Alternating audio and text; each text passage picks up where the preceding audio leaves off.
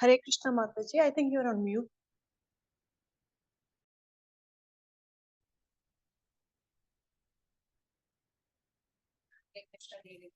Welcome to our daily morning reading of Srimad Bhagavatam. I'll recite the Mangalacharan again. I think I was on mute.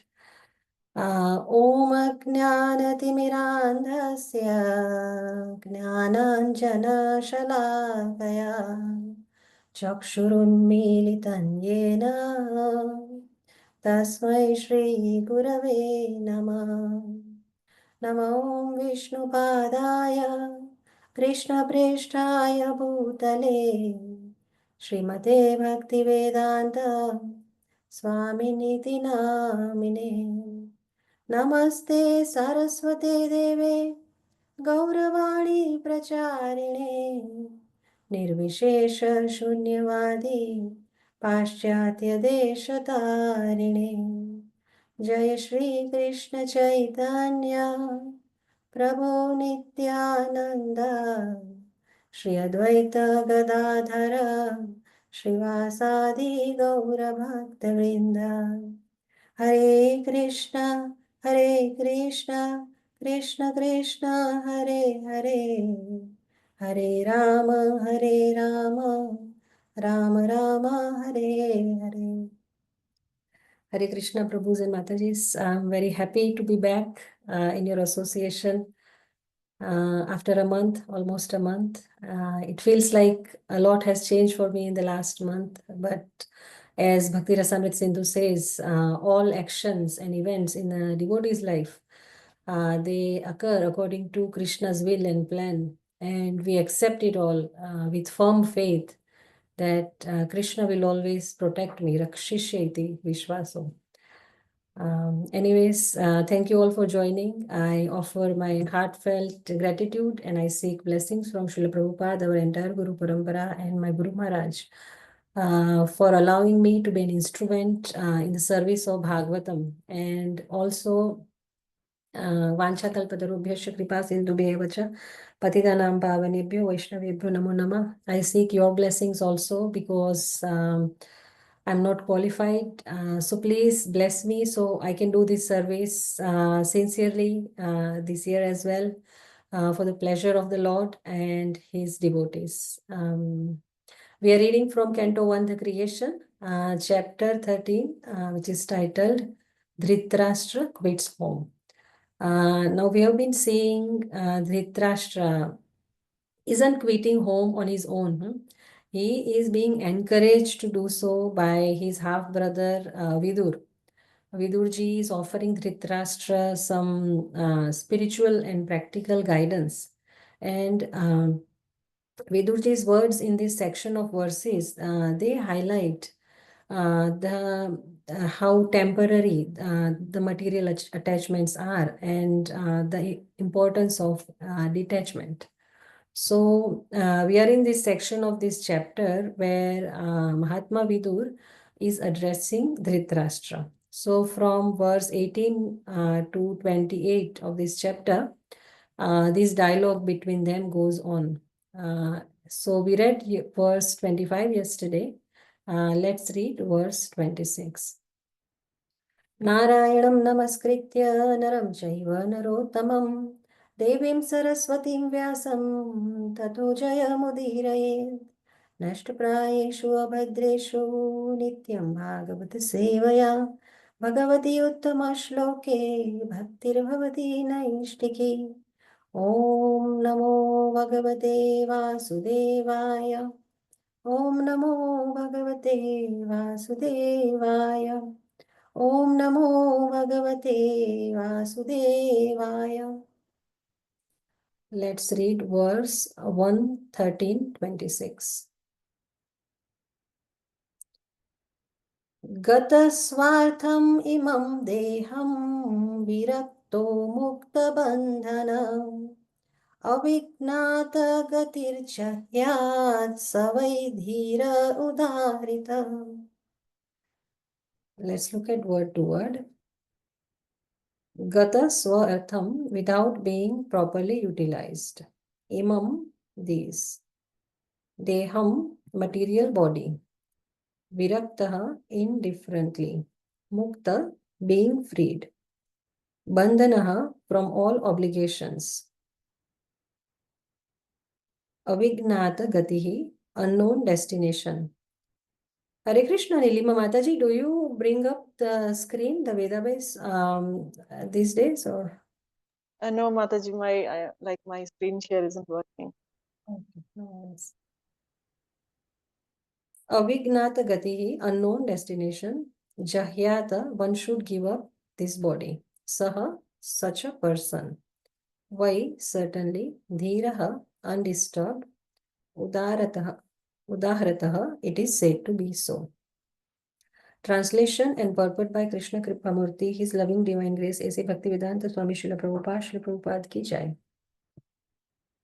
He is called undisturbed who goes to an unknown remote place and freed from all obligations, quits his material body when it has become useless. Would anyone like to read the purport, please? I can read, Mataji. Yes, please, Mataji, go ahead. Purport. Narottam Das Thakur, a great devotee and acharya of the Gaudiya Vaishnava sect, has sung, "My Lord, I have simply wasted my life. Having obtained the human body, I have neglected to worship your lordship, and therefore I have willingly drunk poison." In other words, the human body is specially meant for cultivating knowledge of devotional service to the Lord, without which life becomes full of anxieties and miserable conditions. Therefore, one who has spoiled his life without such cultural activities is advised to leave home without knowledge of friends and relatives, and being thus freed from all obligations of family, society, country, etc., give up the body at some unknown destination so that others may not know where and how he has met his death. Dheer means one who is not disturbed, even when there is a sufficient provocation. One cannot give up a comfortable family life due to his affectionate relation with wife and children. Self realization is obstructed by such undue affection for family, and if anyone is at all able to forget such a relation, he is called undisturbed or dheer. This is, however, the path of renunciation based on a frustrated life, but stabilization of such renunciation is possible only by association with bona fide saints and self realized souls by which one can be engaged in the loving devotional service of the Lord. Sincere surrender unto the lotus feet of the Lord is possible by awakening the transcendental sense of service. This is made possible by association with pure devotees of the Lord. Dhritarashtra was lucky enough to have a brother whose very association was a source of liberation for this frustrated life. Thank you, Mataji. Thank you, Mataji. Hare Krishna. Adi Shankaracharya in his Bhaj Govindam says, Angam galidam balitam mundam dashanavihinam jatam tundam vruddho yati grihitva dandam tadapi namunchati asha pindam. So, our shloka is talking about quitting the material body when it has become useless. But is it that easy? No, we love our bodies. We don't want to give it up. As Adi Shankaracharya says, Angam galitam palidam mundam. The strength has left the body of an old man. Palitam mundam, head has become bald. Dashana vihinam jatam tundam. The mouth has become toothless. There are no teeth left. Vruddho yati grihitva dandam. That old man is having to take help of a stick or crutches for walk. But tadapina munchati asha pindam. But still the hope to enjoy through this body, he can't leave it. He firmly clings to that hope. So Vidurji says that he is a dhira who can quit this material body when it becomes useless. Apart from my Guru Maharaj, I have not met any person who has practically demonstrated this. What I have seen generally is most people have fear of death. We try beyond our capacities, get whatever treatments we can get whatever procedures done to save the body. And why do we do this? Why are we so attached to the body? We live in material world. We have this material body and we are attached to it due to the influence of material nature or Maya. Material nature it deludes the soul into accepting that this temporary material form is my permanent reality. So the conditioned soul identifies with the body, thinks that I am this body. Srimad Bhagavatam says that such a person is no better than a cow or an ass. There is a shloka in 10th Canto. It says that, I'll read the translation. It says that one who identifies with self as the inert body composed of three elements, three dhatu, mucus, bile, and air, who considers that the byproducts of the body, his wife and children, are permanently his own, who thinks the land of his birth is worshipable, such a person is no better than a cow or an ass. So we are attached to the body because we identify with the body. We think that I am this body. The fear of death that we have, it is fueled by this attachment, our attachment to our body, because we are driven by the desire to enjoy through the senses which are centered in the body. And Bhagavad Gita warns us. In Bhagavad Gita 5.22, Krishna says, Ye hi sansparshaja bhoga dukha yonah evate adyantavanta kaunteya nateshu ramate buddha. In our today's Bhagavatam verse, we are talking about Dhira. And in this Bhagavad Gita Shloka 5.22, I just put it. Krishna talks about Buddha, an intelligent person. He says that bhoga, the material pleasures, they arise from sansparsha, from the interaction of the senses with the sense objects. But the problem is Adyantavanta Kaunteya, O son of Kunti, such pleasures have a beginning and an end. We take a simple example. No matter how beautiful a samosa or a gulab jamun looks, how delicious it takes, but the enjoyment of eating it only lasts until we eat it, until the sense object comes in the contact with the sense organ tongue. Until then only the enjoyment lasts. And in a few hours, when it becomes stool, we can't even look at it, can we? So Krishna says that yehi sansparshaja bhoga dukkha yona evate. The bhoga, the material pleasure, which is born by the sparsha of senses and sense objects, is dukkha yonaha. It gives birth to misery. And so na teshu ramate buddha, an intelligent person does not take part in it. So then the question is, if the material body is not meant just for material pleasures, then what it is really for? So Srila Prabhupada is answering this question in the purport with reference to a bhajan. Hari Hari Bifale Janam Goainu Manushya Janma Paya Radha Krishna na Bhajiya Janiya Suniya Visha Khainu.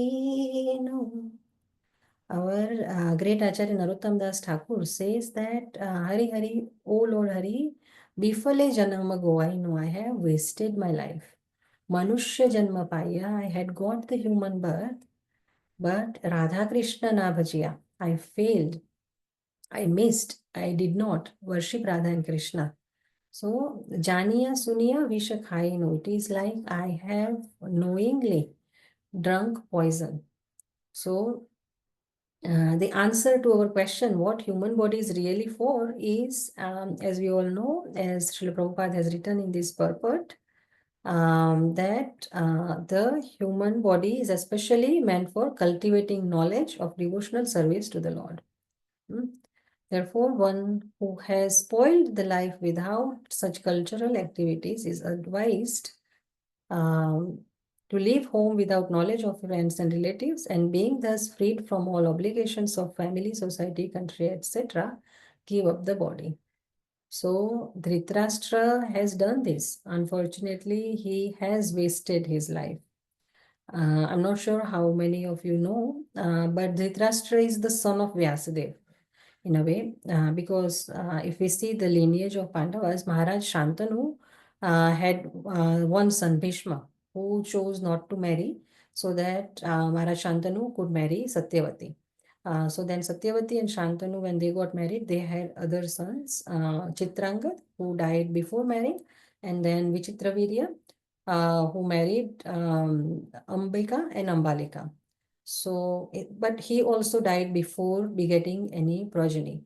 So his widows, the widows of Vichitravirya, Ambika and Ambalika, their mother-in-law Satyavati ordered them, Ambika and Ambalika, to have union with Vyasa just once for the purpose of begetting a child. So from the union of Ambalika and Vyasadeva, Pandu was born. From union of Ambika, from union of Ambalika with Vyasadeva, Dhṛtarāṣṭra was born. And through a maid servant, that union produced Vidura. So Dhṛtarāṣṭra comes in a glorious lineage. He is son of Vyasadeva as well. But has he been able to even realize the basics of spirituality, the essence that, you know, the true utilization of human body? What is it? He hasn't. And as Srila Prabhupada has said in this purport, he has rather wasted his human birth in attachment for his family, which Srila Prabhupada classifies as undue affection for family, which is, he says, is an obstruction in spiritual life. And how is that an obstruction? Again and again in his teachings, Srila Prabhupada has explained to us that the body is temporary and material, whereas the soul is eternal and spiritual. And because of our identification with the body, we become entangled in the bodily pleasures or pains and relationships. And we forget our eternal connection, our relationship with Krishna, the Supreme Personality of Godhead, our eternal Father. So Prabhupada often used to quote this Bhagavad Gita shloka, Bhagavad Gita 2.13. Dehinosmin yatha dehe kaumaram yauvanam jara tatha dehantar prapti dhirastatra namuhyati. So that shloka says that just as the soul passes through different stages, childhood, youth, old age, in one body, it also passes into another body after death. And dhirastatra namuhyati, a sober person is not bewildered by such a change. Our Guru Maharaj, when he was in his last days, he was kind of preparing us to deal with his leaving his body. And he used to share his beautiful realization about death. He would say that death for a devotee is just a change of service. A devotee is serving Krishna here. And when he changes the body, he will go back to Krishna and serve him there or wherever Krishna pleases to send him. So we were talking about our bodily identification and how we seek satisfaction through sensory pleasures, wealth, relationships, power, which are all temporary and they lead to further entanglement.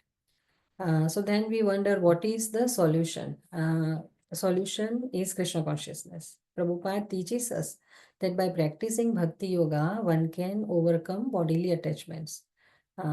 Chanting Hare Krishna Mahamantra, studying scriptures like Bhagavad Gita and Srimad Bhagavatam, and associating with devotees. These are the key practices to realize and remain in our true spiritual identity as the servant of Krishna. Jivera Swarup hoy, Krishnera Nityadas. So, true detachment means engaging the body in the service of Krishna. By seeing the body, by thinking that my body is just an instrument in the service of Krishna, then one can transcend the attachment for it. One can go above that attachment. So, Srila Prabhupada is emphasizing in this purport, he's emphasizing also on the association. In the end of this purport, he is saying that Dhṛtarāṣṭra is fortunate to have association of Mahatma Vidur. So yes, Dhṛtarāṣṭra is being chastised. He is being said that body should be given up. But Srila Prabhupada says that renunciation should not come from frustration, because that won't be steady. But stability will come only and only by association. So also Adi Shankaracharya in Bhaj Govindam, he also glorifies association. He says, it's beautiful, a few lines. Satsangatve nisangatvam nisangatve nirmohatvam nirmohatve nishchalatatvam nishchalatatve jivanamukti. So very profound, exactly what Srila Prabhupada says. From satsanga comes non-attachment. Satsangatve nisangatvam. And nisangatve nirmohatvam. From non-attachment comes the nirmoha, freedom from delusion. And nirmohatve nishchalatatvam. When one is not in delusion, that non-attachment, it leads to steadiness. And from steadiness, Nishchala Tattve Jivana Mukti. From that steadiness comes Jivana Mukti, liberation. So, satsang, association with true and pure devotees of the Lord is very potent, as we know. Most of the material pleasures, they are momentary only. And on top of that, they are always mixed with suffering. Sukh, dukh, labh, hani, jai, parajay, yash, apyash. So, along with the pleasures, there is always, the pleasures are always coupled with suffering, all material pleasures. But spiritual pleasure, spiritual happiness, which comes from bhakti, it is eternal, everlasting, and it is free from any duality. But delusion is such that our taste for material pleasure, it hardly goes. Krishna also says in one of the Bhagavad Gita shlokas, I forgot the number, but the shloka is Vishaya vinivartante niraharasya dehina rasavarjam rasopyasya param drashtva nivartate. Even if we forcefully, artificially starve our senses from the sense objects, but the taste for sense pleasures, it remains within us. It doesn't go. But when we give the senses some higher taste, the association of devotees, then we become steady, we become fixed in devotional service, we become truly fulfilled. And unless one is blessed with the dust from the feet of a pure devotee on his head, one cannot be fixed in devotional service. One cannot himself become a devotee of Krishna. In Chaitanya Charitamrita, there is a discussion between Lord Chaitanya Mahaprabhu and Ramananda Rai about this, about the importance of devotee association, where Chaitanya Mahaprabhu asks Ramananda Rai, what is the most painful kind of suffering?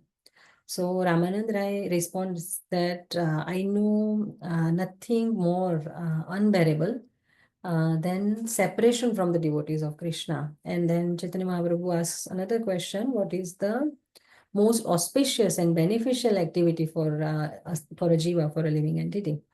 Then Ramanand Rai says that there is nothing more auspicious than association with the devotees of Krishna. So in association of devotees, the Vaishnavas, they are representatives of Radha and Krishna in this material world. In their association, it is possible to transform this material world and its element to spiritual ones by proper consciousness, by realizing that we are all interrelated. We all have Krishna in our hearts. We have Krishna in the center.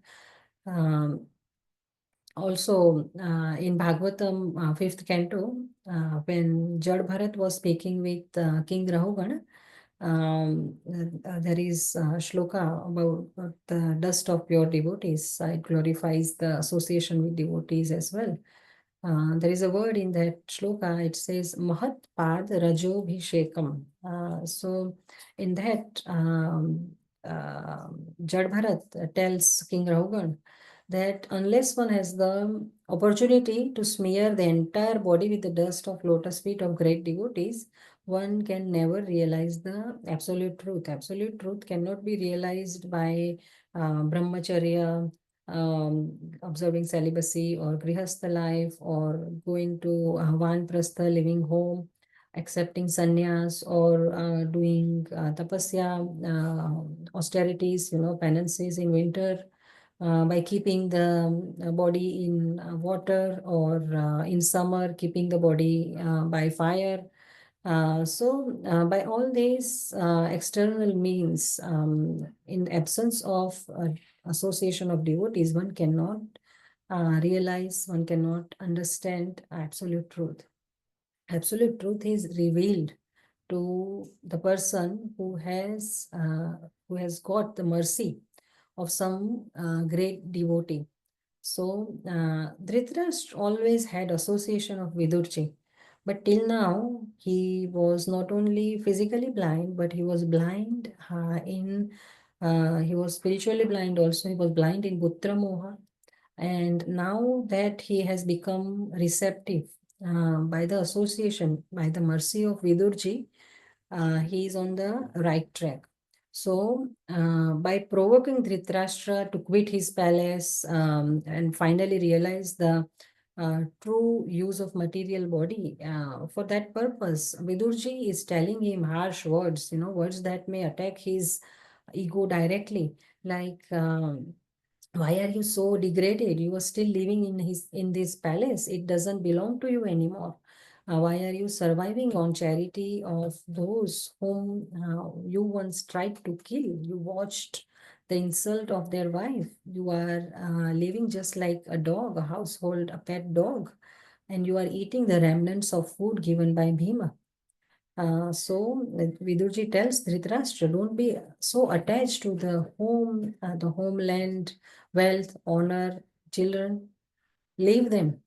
And if you don't leave them voluntarily by yourself, the supreme time, Kala, as we saw in previous verses, Kala will do its job. Even if you don't want to die, your body will dwindle and body will deteriorate like an old garment. In Bhagavad Gita, we learn the verse. Vasansi jirnani yatha vihaya navani grihnati naro parani tatha sharirani vihaya jirnani anyani sanyati navani dehi. As the person puts on new garments, giving up the old ones, similarly the soul has to accept a new material body and give up the old and useless ones. So Vidurji is saying all these harsh words to Dhṛtarāṣṭra. He's being Dhṛtarāṣṭra's path pradarshak guru to deliver him from the path of irreparable and death, and for that making him realize the value of human body. And through Dhṛtarāṣṭra, we also get reminded that human body is extremely valuable, because in this body we have the intelligence. We can understand, one can understand the instructions of Krishna and attain the ultimate destination for Jiva. The Jiva is within this material world to fulfill a mission a mission to, Srila Prabhupada says, it is a mission to go back home, back to Godhead. And in the material world, even though one hankers for happiness, but because one doesn't know the ultimate destination, one has to go through the cycle of birth, death, birth, death. One has to change bodies one after another. But if one gets the opportunity to associate with a devotee, if one follows the devotee by properly regulating his activities while performing, while fulfilling the four principles of dharma, artha, kama, moksha, one can still make spiritual progress. At the same time, he can be engaged in the service of Radha and Krishna in this body, and do the same after going back to Godhead. So Srila Prabhupada says this is the success of life, to stop the process of repeated birth and death and go back home, back to Godhead, and be engaged in the service of Radha and Krishna. Because as Krishna says, Mam upetyadu kaunteya punarjanmana vidyate, in Bhagavad Gita 8.16, he says, A brahma bhuvana loka punaravartino arjuna. That from in material creation, from this world up to the highest loka, Brahma loka, there is punaravartan. But mamupetyadu kaunteya punarjanmana vidyate. Once one attains me, my abode, then there is no further rebirth. So our today's shloka mostly focuses on the utilization, the importance and utilization of human body, and it warns us that we should also not be like Dhṛtarāṣṭra and waste our human life. I think we will conclude here today. Thank you for your association, enthusiastic participation, and inspiring me to glorify Krishna. If anyone has any questions or comments, please share.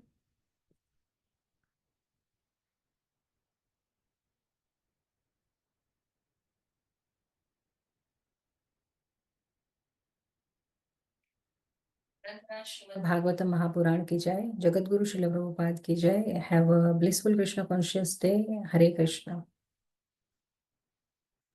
Hare Krishna Krishna. Krishna Mataji. Thank you, Thank Mataji. you. Hare Krishna. Mataji. Thank you for the class.